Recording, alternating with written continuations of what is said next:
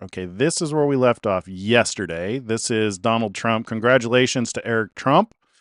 Such a great honor to be number one. This is amazing.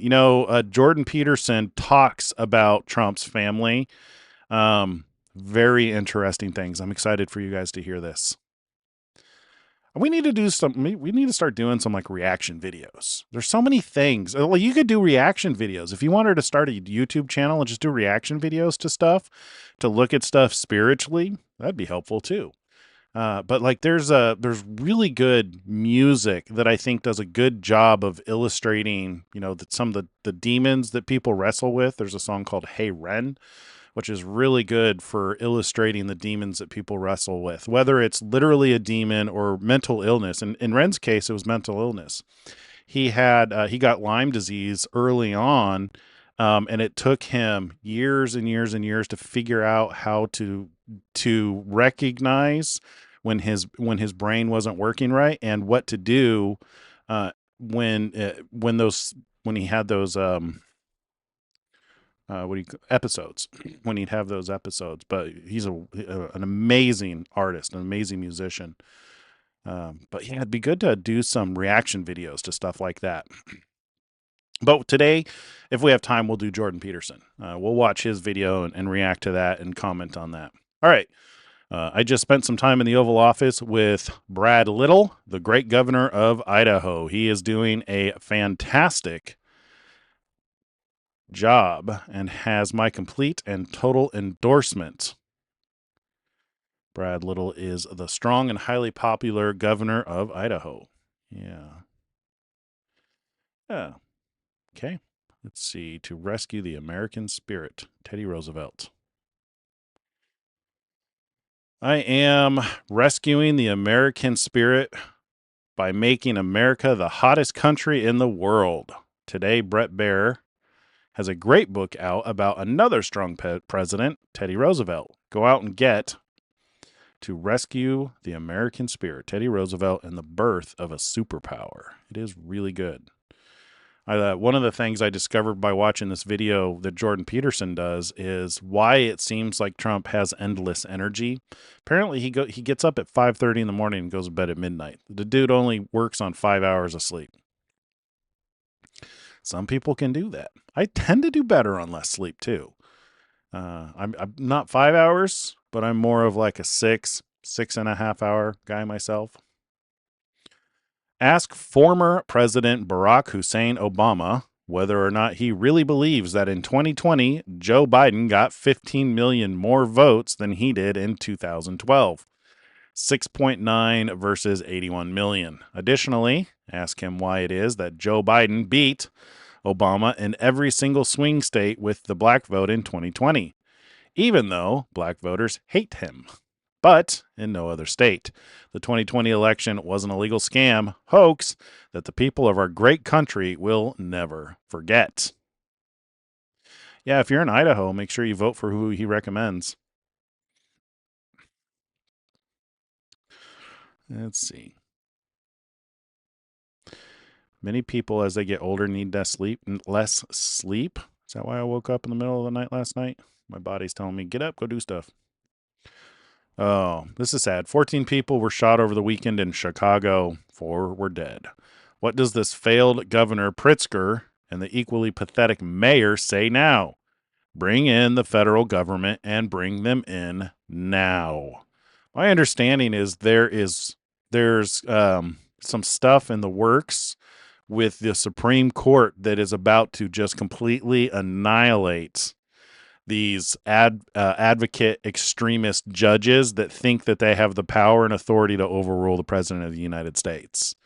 I just can't help but thinking that this is what it means when it talks about, let's go look at this here, when it's talking about the 2 witnesses, when it says fire proceeds from their mouth and devours their enemies.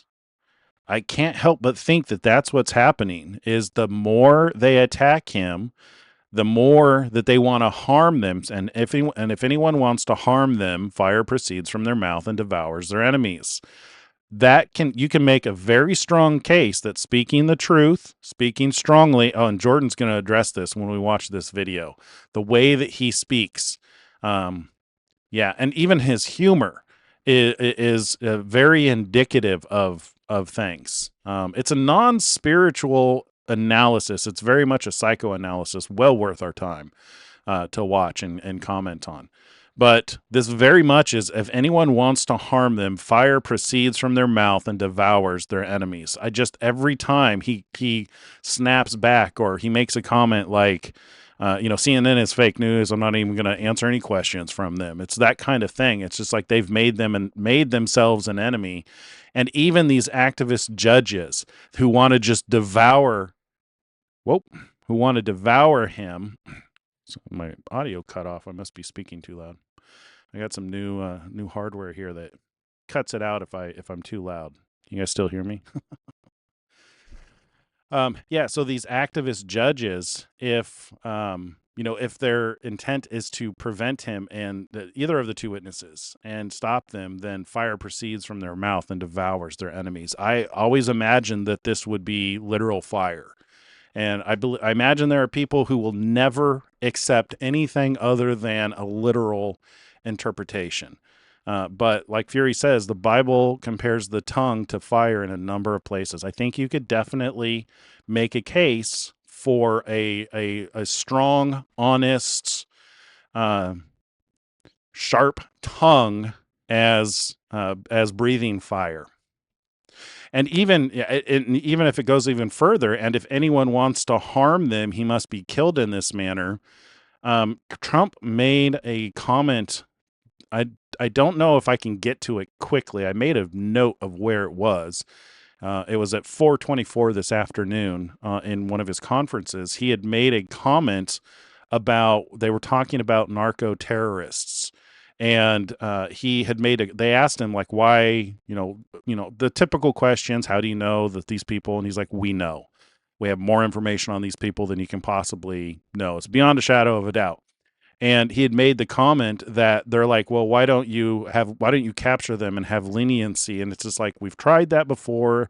They just get re-released. And every time they bring in, fentanyl into the country, it kills it just kills so many people. And he's like, we're done. We're going to kill them. I mean, just like that. Another instance of, and if anyone wants to harm them, he must be killed in this manner. So this, I would say, is, more indicative of them directly, but it adds to the whole, it indicates that they're definitely men in power. That's for sure. Men who don't mince their words, which seems very much like that's where we are. All right, back to this.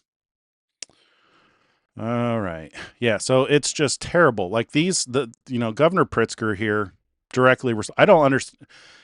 It would not hurt my feelings if they held the governor and the mayor directly responsible for the death of the people that they're allowing to happen, that they're fighting for to allow to happen, because they won't allow President Trump to send in their own National Guard. Here's the thing, is the National Guard is the military of the state, as I understand it. I could be wrong. But as I understand it, the National Guard, each state has their own National Guard. Pritzker could deploy the National Guard himself, I believe. So they could just bring in the National Guard to help take care of the violence. But they're refusing to do it. So President Trump, who's responsible for the country and for the welfare of the people in the country, is offering to do it for him, to take the blame, to take the responsibility. And they're fighting him at every turn. Amazing. All right, let's move on. What about just uprooting? I like this guy, Sean. This is an iconic building. Josh. Mono, I will just say this. I made this point yesterday, that I hear all of a sudden from my liberal friends that they're very concerned about our history. Really, these are the same people who tore down every statue they could get their hands on in the last 4 years. Christopher Columbus, Thomas Jefferson, Theodore Roosevelt. They didn't have any concern for history then. Now all of a sudden, like, oh, the facade of the East Wing is iconic. Oh, give me a break. I mean, give me a break. Yeah. Such a facade. Beautiful chaos. You have this comment here. So I'm curious, if Elon and Trump are potential two witnesses, how would the president of the United States body be left for 3 days on the ground?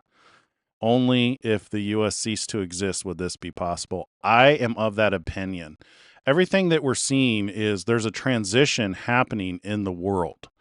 And Donald Trump is fighting that transition in the United States. We see it happening in the UK. We see it happening in all the countries. Islam is taking over, it's infiltrating. I believe there's a direct correlation with the imagery in regards to the end time with Islam.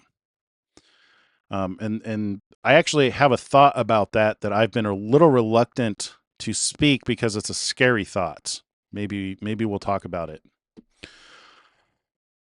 But it seems as though Donald Trump is standing in the gap for this 3-year period of time so that the Church of Philadelphia, the Church of Brotherly Love, which is told that it would be kept from the trials coming on the whole world, I believe that he is facilitating that situation for Philadelphia, and possibly Smyrna. Smyrna is the church under crushing pressure. I see Smyrna, watching this series on the religion business.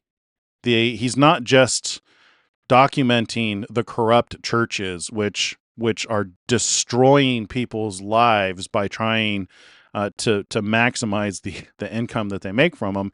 He also actually documents the churches that are like Smyrna.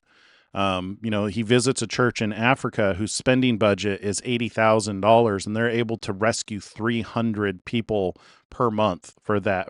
It's like 80,000 a year, and they're able to rescue like 300 people. Don't quote me on the numbers. It's a lot of people in need, and they give every single penny that they have, and they're constantly persecuted. They're constantly facing, threat and death. Some of these churches will actually go into, there's this new scam that tricks people to come to a country under the guise of like free land and pay and stuff like that. And what happens is when these people are dumb enough to come to the country to try and take advantage of these plans, gangsters take their passports and put them in these scam call centers. And there are churches who are reaching out and trying to buy people out of that situation, and they're using every penny they have. So there's those kind of churches. I consider those probably in the group of Smyrna because they're the church under crushing pressure. They're risking their own life. They're doing everything in their own power. Has nothing to do with doctrine. So I think the corrupt churches have made it so much about the doctrine that people are afraid, and that's the key, is people are afraid to leave their special group because they think their group is the divine group, the divine denomination, the right denomination, because, their pastor is ordained and, they have the only one true, thing. We've got to stop thinking like that. We've got to focus more on taking care of people and putting our effort and our resources in to caring for people and less about the division. So when it comes to Donald Trump and Elon Musk, so I think they're standing in the gap for now. And what's going to happen is we can't stop what's happening in the world. It's going to continue to creep into the United States, and it will get to a point to where finally they're going to take him out so that they can finish off the United States. And then that's when you're going to have this transition to a one world government, which has, one or two leaders at the helm of that government, whether it's a king, whether it's a world ruler. This is the person that people often think about when they're saying Antichrist. And I don't mind so much if you call that person the Antichrist, because I don't even know if it's right to call them the Antichrist. Because this is a person that is, I don't know. The thing with the Antichrist is the Antichrist is a spirit with specific attributes. The person who's going to be the horn of that beast from the land, it's actually two horns. So it's, I believe it'd be better. You're better off calling them the what does it say? What does it call them? It's not the man of sin, the son of perdition. That's somebody else. That's people conflating things together. I'm working on a series for the man of sin, the son of perdition also.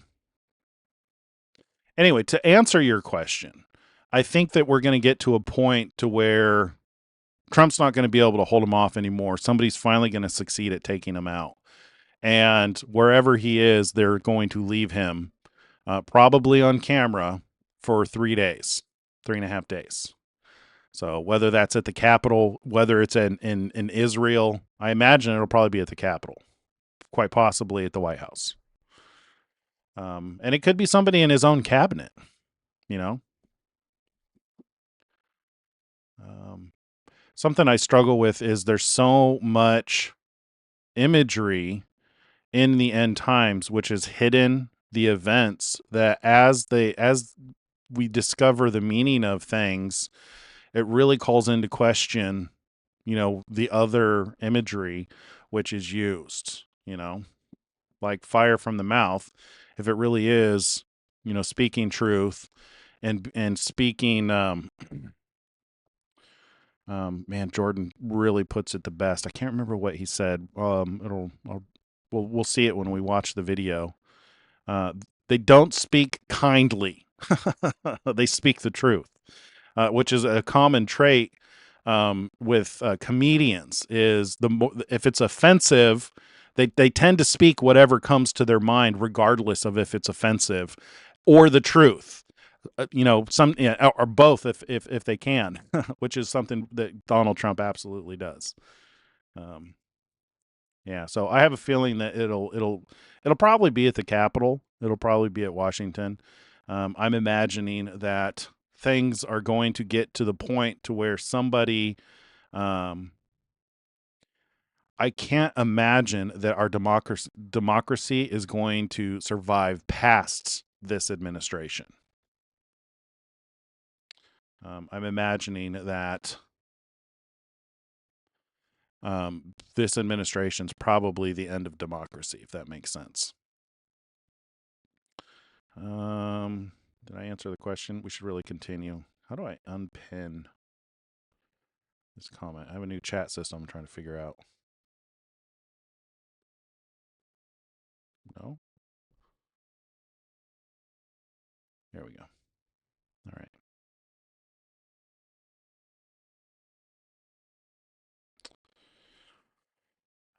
Okay, let's continue on. We actually have quite a bit to get through. Senator Josh Hawley dismantled CNN's narrative about President Trump's White House renovation during a live interview when reporter Manu Raju asks, "What about just uprooting the this is an iconic building?" ? Hawley exposes their fake outrage instantly. Yeah. This is pretty good. This is Glenn Beck.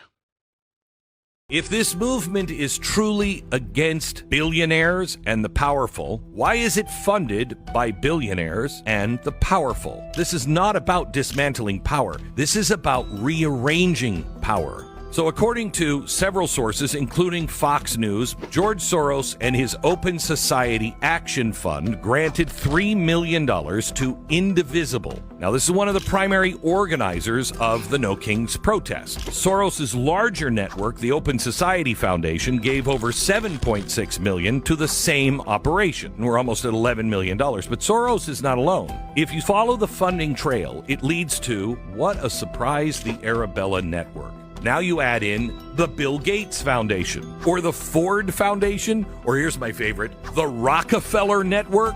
There is now this organization funded by billionaires, Riots Inc., and it is the permanent protest industrial complex. These tactics were developed by the CIA, and they're called color revolutions. And what they do is they flood the streets with, quote, organic protesters. They control the media narrative. They destabilize the existing system, and then they overthrow that system and install a new one. It is part of a longer game. Once you convince free people that freedom itself is the problem, they'll beg for a change. And that's when the kings, the real kings, step out from behind the curtain. When there's an emergency for your own good, you have to remain inside. You're not an essential worker. You can only shop at Home Depot. That's the sign of a king. Kings, they don't have to wear crowns. Usually That's right. kings just sign checks. Sometimes they fund revolutions. They Yeah. are the ones writing the script for the resistance, for their own power and kingdoms. 100%. Yeah, that was a post from Donald Trump. He posted that. Oh, I can't wait till we watch that Jordan Peterson video. This is good too. This is hilarious. She can say one sentence 6 different ways and still say nothing. She's unburdened by what has been, mostly because she never explained what it was in the first place. She laughs before she answers a question, and sometimes that's the whole answer. She starts by saying, "Let me be clear," and then isn't, and somehow circles back to, "Let me be clear." She says moving forward so often, her podium is on wheels. She talks about the significance of the passage of time, so long you actually feel it passing. She once defined time by saying it's the thing that passes over time. Her teleprompter doesn't scroll, it just loops the same line until everyone forgets the question. She once gave a speech about the importance of speeches. She once said, holistically, so many times in one speech the audience reached enlightenment. Her laugh comes out at the exact moment everyone else stops laughing. She preaches that it's time for us to do what we have been doing, and that time is every day. She once explained water for 12 minutes straight. She once explained school buses to a room full of bus drivers, and the only thing they understood is that they are big and yellow. She leaves people more confused than before she started talking. Her speeches are so repetitive. After she's done with a campaign, every parrot in town can recite them. She can redefine a word 6 times before anyone realizes she never defined it. She only answers pre-scripted questions, and if someone dares to ask a real question, she starts laughing until someone comes and saves her. Her press conferences end with reporters forgetting what they even asked. She once explained democracy as the thing we do when we do democracy. When she runs out of things to say, she'll talk about how she just fell out of a coconut tree. She laughs the hardest right after saying the least. She is the most word salad woman in the world. Obviously a play on the most interesting man in the world. Utterly hilarious. Gotta love the memes. This is the fire. This has to be the fire. This is so hilarious. What else could this be? I mean, like, seriously, he's not the psychopath that people make him out to be. Jordan Peterson makes a really good comment about about Hitler and Stalin, that they didn't have a sense of humor. They would kill somebody just for stopping clapping too soon. That's not Trump. You know, he's been roasted before. He knows how to take a joke. He knows how to dish it out. This is fire, man, and it is hilarious. I don't think it's any coincidence that fire is like the millennials' new word for that something's great. I was thinking Ryan Trahan says that all the time. This is fire. Mail-in voting is done. This is a good announcement. You pushed out on social media about doing away with mail-in ballots and potentially electronic voting machines. Can you explain on that how? Well, that's a very off-topic, just really quickly. Mail-in ballots are corrupt. Mail-in ballots, you can never have a real democracy with mail-in ballots. And we, as a Republican Party, are going to do everything possible that we get rid of mail-in ballots. We're going to start with an executive order that's being written right now by the best lawyers in the country to end mail-in ballots because they're corrupt. And you know that we're the only country in the world, I believe, I may be wrong, but just about the only country in the world that uses them because of what's happened. Massive fraud all over the place. The other thing we want change are the machines. For all of the money they spend, it's approximately 10 times more expensive than paper ballots. And paper ballots are very sophisticated with the watermark paper and everything else. We would get secure elections. We'd get much faster results. The machines, I mean, they say we're going to have the results in 2 weeks. With paper ballots, you have the results that night. Most people, many countries use paper ballots. It's the most secure form. So between paper ballots, very, very important, paper ballots, and I think maybe even more important, the mail-in voting. We're going to end mail-in voting. It's a fraud. If you have mail-in vote, even Jimmy Carter with this commission, they set it up. He said the one thing about mail-in voting, you will never have an honest election if you have mail-in. And it's time that the Republicans get tough and stop it, because the Democrats want it. It's the only way they can get elected.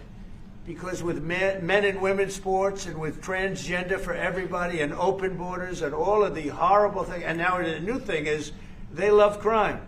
They're fighting me on the fact that I've made Washington, D.C. safe. We're not going to get mugged, beaten up, or killed like all the people you've been watching get so badly hurt. I'm glad, I hate to take your time with this, but I'm glad you asked me that question. We're going to stop mail-in ballots because it's corrupt. You know, when you go to a voting booth and you do it the right way and you go to a state that runs it properly, you go in, they even ask me, they asked me for my license plate, for identity. I said, I don't know if I have it. He said, sir, you have to have it. I was very impressed, actually. But it's very hard to cheat with mail-in voting. As you know what happens in California, it's so corrupt, where some people get 5, 6, 7 ballots delivered to them. Now, we got to stop mail-in voting, and the Republicans have to lead the charge. The Democrats want it because they have horrible policy. If you have mail-in voting, you're not going to have many Democrats get elected. That's bigger than anything having to do with redistricting, believe me. And the Republicans have to get smart. We're not going to have a country. I said for a long time at rallies, you need borders and you need free and fair elections. Those two things. Otherwise, you don't have. We have strong borders now. In 90 days, Mr. President, we didn't have 0 in 3 months. Not one person came in illegally into our country. In fact, even I find that hard to believe, but it's run by a little bit of a liberal group that put out the numbers, so I guess it's, but 0, 0, and 0. You go back a year ago, 2 years ago, 3 millions of people poured into our country. It was terrible. Thank you very much. Yeah. I think this is one of the reasons why there's a strong chance that this is why one of the reasons why they want to kill him is he is leaving them no way to cheat. I mean, like, I think his comment is very true. You know, it's the only way they can win is to cheat because people won't vote for the things that they want to bring into society. So quite literally, he's standing in the gap between evil and the beasts, really. He's standing in the gap. So the more he does this, the more he puts them into a corner, eventually they're going to succeed. Concerned Americans have urgent and important questions about geoengineering and contrails. The American public deserves and expects honesty and transparency from their government when seeking answers. But for years, people who asked questions in good faith were dismissed, even vilified by the media and their own government. That era is over. The Trump EPA is committed to total transparency.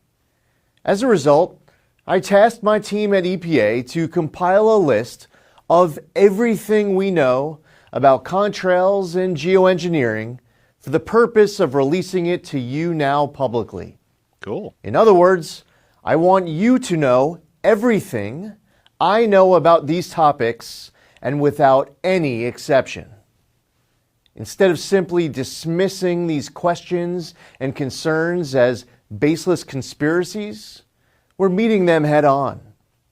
We did the legwork, looked at the science, consulted agency experts, and pulled in relevant outside information to put these online resources together. Everything we know about contrails to solar geoengineering will be in there. That means anyone who reads through this information will know as much about these topics as I do as EPA administrator. To anyone who's ever looked up to the streaks in the sky and asked, what the heck is going on? Or seen headlines about private actors and even governments looking to blot out the sun in the name of stopping global warming? We've endeavored to answer all of your questions at the links on your screen. In fact, EPA shares many of the same concerns when it comes to potential threats to human health and the environment, especially from solar geoengineering activities. The enthusiasm for experiments that would pump pollutants into the high atmosphere has set off alarm bells here at the Trump EPA. Prior to now, EPA has never been this proactive to raise awareness about concerns with geoengineering and to stop this activity from being scaled up. This is what it looks like when government actually listens to the will of the people and doesn't try to squash it. You can always trust this administration and this EPA to take your concerns seriously, answer your questions honestly, and carry out the will of voters with integrity. He reminds me of James O'Keefe from the previous CEO of Project Veritas and now the CEO of OMG, the O'Keefe Media Group. Just the way he speaks and his mannerisms kind of remind me of James O'Keefe. But that's great. I'm glad that they're going to, release information on contrails. Although I kind of feel like we've started learning about that. They have, there's companies that have come out and done interviews that, that's their business. They're in the business of making rain. They do it in Saudi Arabia and they even do it in the United States. So it'll be great to see these reports on if there's, what it is that they do and the studies that they've done, and the potential side effects. I don't understand why people in government were reluctant to release this stuff earlier. It just gives way to stupid. I think the previous governments just want people confused. It feels like this government is doing everything it can to eliminate the confusion, which is amazing. I spoke with Governor Kelly Armstrong and informed him of my approval of $3 million to assist in the aftermath of the major tornadoes and flooding that occurred in the beautiful state of North Dakota, which I won 3 times in 2016, 2020, and 2024. The great people of North Dakota will make that wonderful region stronger than ever before. All right. The federal government was preparing to surge San Francisco, California on Saturday, but friends of mine who live in the area called last night to ask me not to go forward with the surge, and that the mayor, Daniel Lurie, was making substantial progress. I spoke to Mayor Lurie last night and asked very nicely that I give him a chance to see if he can turn it around. I told him I think he is making a mistake because we can do it much faster and remove the criminals that the law does not permit him to remove. I told him it's an easier process if we do it, faster, stronger, and safer, but let's see how you do. The people of San Francisco have come together on fighting crime, especially since we began to take charge of that very nasty subject. Great people like Jensen, Huang, Marc, Benioff, and others have called saying that the future of San Francisco is great. They want to give it a shot. Therefore, we will not surge San Francisco on Saturday. Stay tuned. See, this is not a king. This is not an authoritarian. This is not a dictator.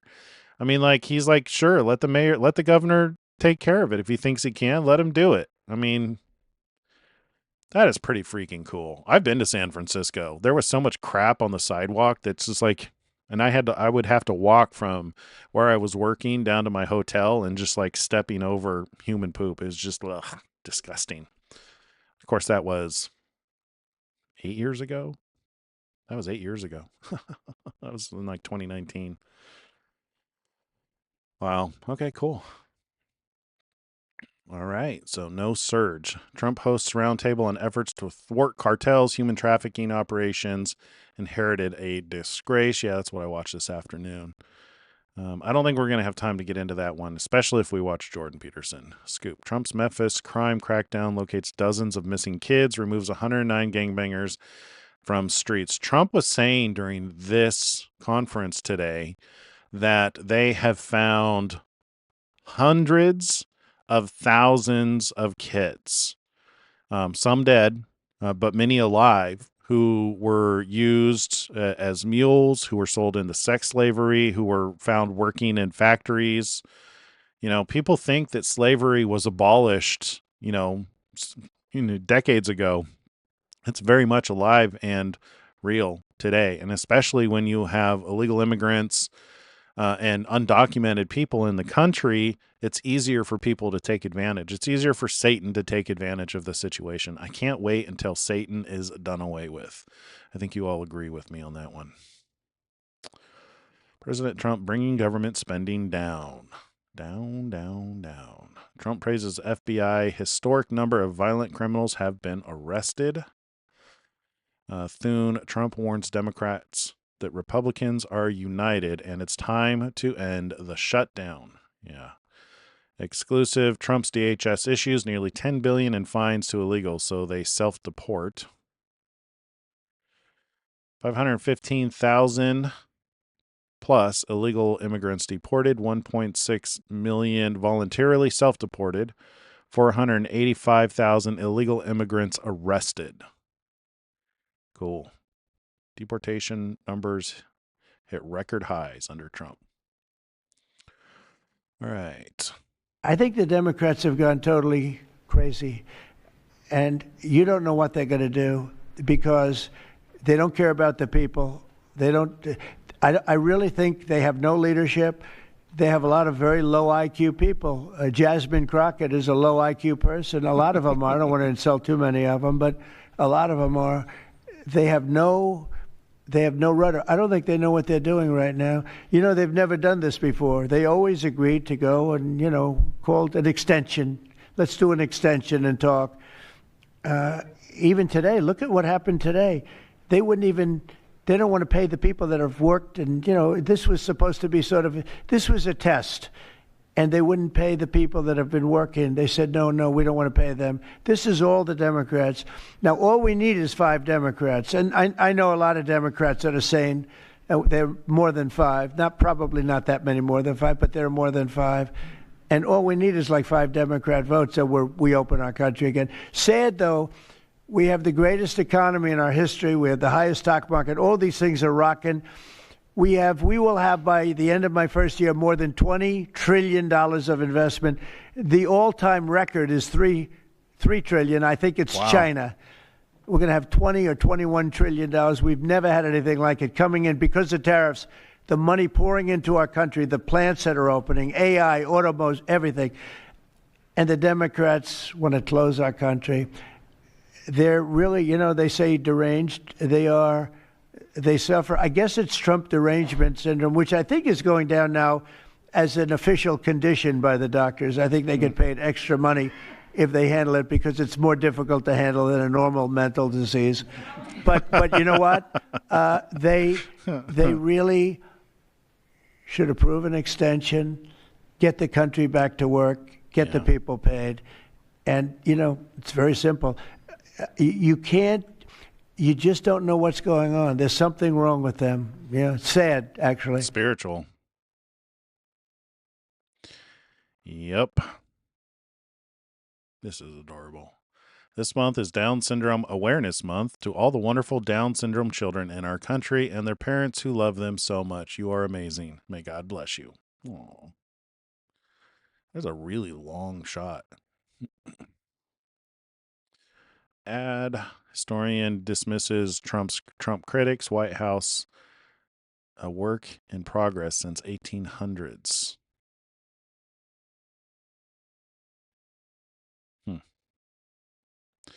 Miranda Devine, Trump treats the White House with reverence, and he's rebuilding our nation's pride with historic renovations. And that's all we got for Donald Trump. And before we move on to our next segment, do you guys have any questions before we move on to Elon Musk? Let's see.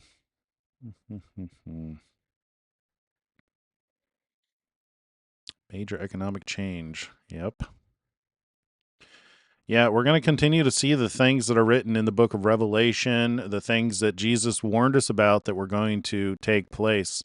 I don't like really saying that we're in like a holding pattern, but I've never understood what seal number 5 was going to be, and I think we're starting to get an idea of what seal number 5 is going to be. It's going to be, I think the dragon is going to change its attention from Israel and start persecuting the offspring of Israel.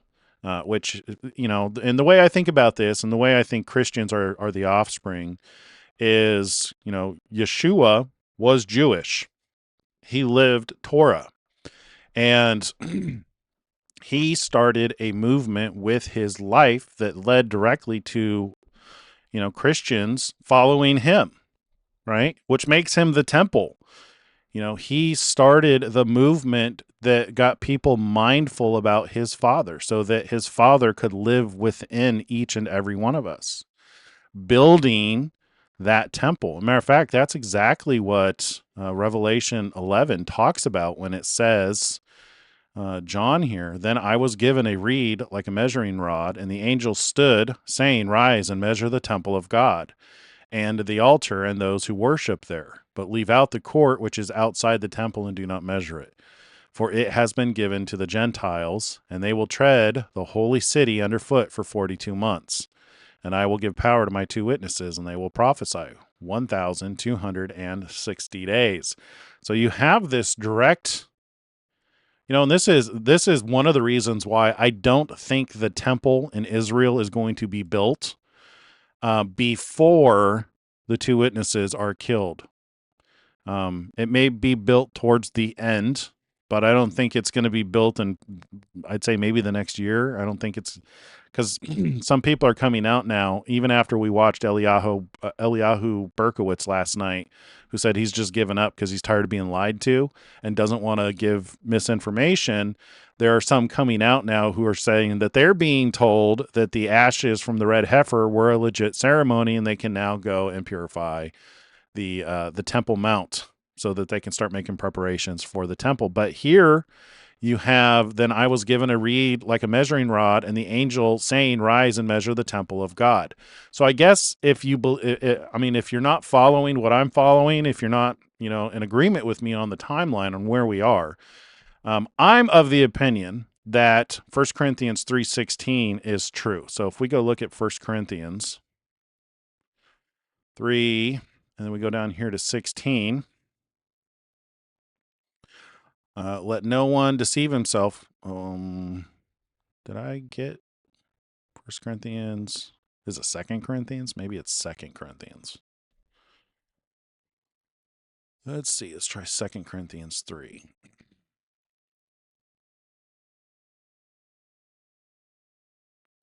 $12, 15. Why am I completely misremembering where it's at? What am I missing here? 2 Corinthians. I thought it was 1 Corinthians, where it says, don't you know that you are the temple of God? Minds are blinded, but even this day Moses read a veil of lies in their heart. Nevertheless, the veil is taken away. Yeah, it's got to be 1 Corinthians. That's what I thought the first place. Did I not pick 1 Corinthians 3? 18. Oh, here you go. Oh, I was looking at, it's so small. I was looking at 18. Here's 16. So do you not know that you are the temple of God and that the Spirit of God dwells in you? If anyone defiles the temple of God, God will destroy him, for the temple of God is holy, which temple you are. So I believe that temple exists. It's been being built ever since Christ died, because he started that movement to build the temple. He was the cornerstone. He showed what it meant to be the temple of God and let God dwell within you. So do you not know that you are the temple of God? Yeshua is called the cornerstone. Zechariah talks about the temple built without hands. It talks about Zerubbabel building the temple and also putting the capstone on it. which is Yeshua. Yeshua started it, and I believe Yeshua is going to so he started it as the first stone, and he's going to be the last capstone as well. Do you not know that you are the temple of God, and that the Spirit of God dwells in you? If anyone defiles the temple of God, God will destroy him, for the temple of God is holy, which temple you are.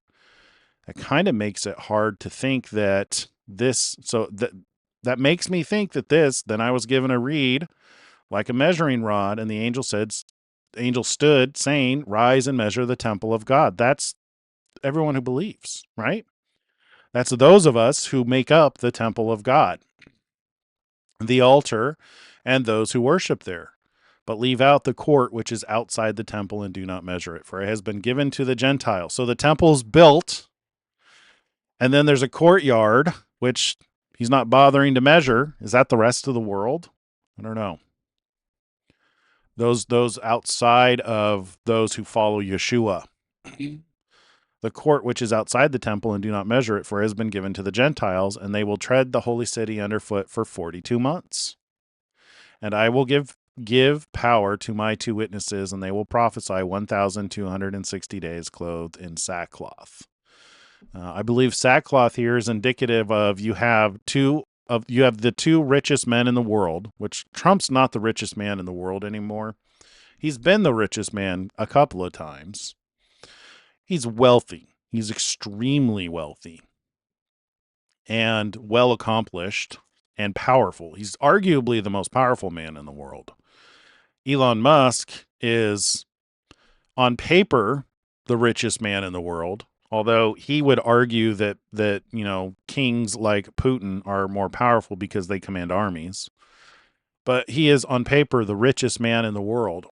So when you have 2 men, one who's the most powerful man, one who's the richest man, who are giving a majority of their time and attention to the benefit of humanity, to the benefit of God's creation, to me, that's indicative of sackcloth. That's a humility. That's a meekness. That's a mourning for humanity, because they see the things that are happening.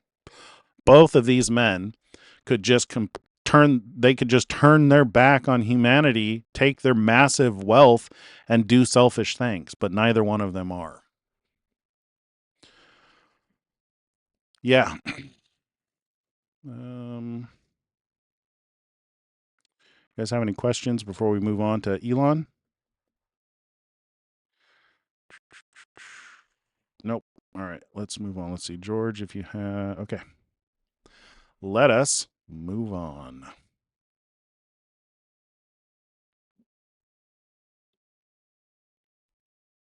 feel like I was making a point about the temple that I didn't finish.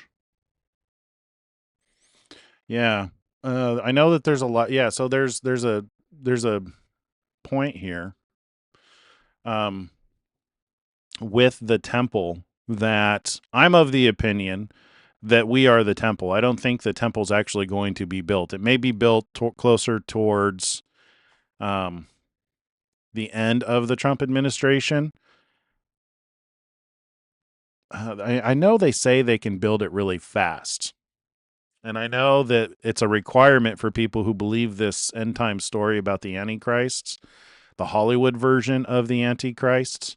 See, that story just doesn't even seem realistic to me. Like, only in the movies, and I'm thinking of like 300, the movie 300, do you see like a king or an emperor doing anything to force people to call him God. I don't see in our modern day how that would be effective.